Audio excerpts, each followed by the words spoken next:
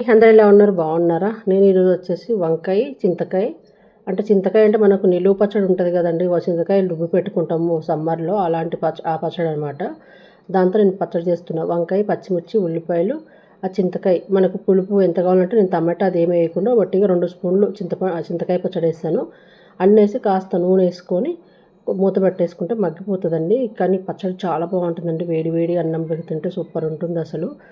కొద్దిగా ఉప్పు ఎక్కువగా అక్కర్లేదు, ఎందుకంటే ఆల్రెడీ మనం మేము ఉప్పు వేసి రుబ్బుకుంటాం ఆ చింతకాయ పచ్చడిలో. అందుకని కొంచెం వేస్తున్నా. కొద్దిగా ఉప్పు, కొంచెం పసుపు వేసేసుకొని కలుపుకుందాం. పసుపు కూడా వేసి రుబ్బుతారు అందులో. కాకపోతే కొంచెం ఉప్పు, పసుపు అనేది కొంచెం వేసేసి ఫైనల్గా కొత్తిమీర కొద్దిగా కట్ చేసి పెట్టేసుకున్నాను, కొంచెమే ఉంది, అది వేసేసాను. ఇంకా ఈ కూరగాయలు ఏమీ లేవండి, అందుకని చెప్పేసి ఈ పూటకైతే పచ్చడి ఒక్కటే చేసేద్దాము.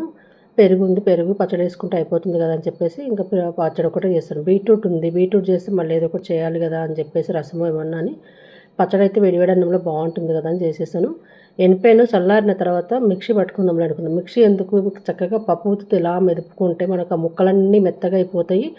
ఏది మెత్తగా కావాలో, ఏది ముక్కలు కావాలో ఉంచుకొని చూసుకోవచ్చు అండి. పప్పుతో మాత్రం మనకు రోలే అక్కర్లేదు, మిక్సీగా అక్కర్లేదు. చక్కగా పెన్నెంలోనే పెట్టేసుకొని పచ్చిమిర్చి మొత్తం మెత్తగా నలుపుకున్నాండి. ఉల్లిపాయలు మాత్రం అలా కొంచెం కొద్దిగా గట్టిగా రుబ్బకుండా అలా ముక్కలు ముక్కలుగా ఉంచుకున్న. మంచిగా పచ్చడి వంకాయ, పచ్చిమిర్చి మెత్తగా మెదుపుకొని ఉల్లిపాయలు ఒక్కటి ముక్కలుగా ఉంచుకున్నాండి. వేడి వేడన్నంలోకి మాత్రం చాలా బాగుంటుంది. మనకు రోలే అక్కర్లేదు. రోల్ లేకపోయినా కానీ సరే పచ్చడి దంచుకోవాలి, ఇట్లా ఈ విధంగా దంచుకున్న పచ్చడి, రోటి పచ్చడి తినాలి అనుకున్నప్పుడు ఇలా ట్రై చేయండి. కానీ చాలా బాగుందండి. ఒక్క స్పూన్ పచ్చడి వేసుకుంటే మంచిగా వేడి వేడి అన్నంలో నెయ్యి వేసుకొని పచ్చడి వేసుకుంటుంటే సూపర్ ఉంటుంది. ఒకసారి మీరు ఈ విధంగా ట్రై చేయండి. వంకాయ చింతకాయని కాకుండా వంకాయ చింతపండు కూడా వేసి చేసుకోవచ్చు, బాగుంటుంది. ప్లీజ్ అప్పుడు నచ్చితే లైక్ చేయండి.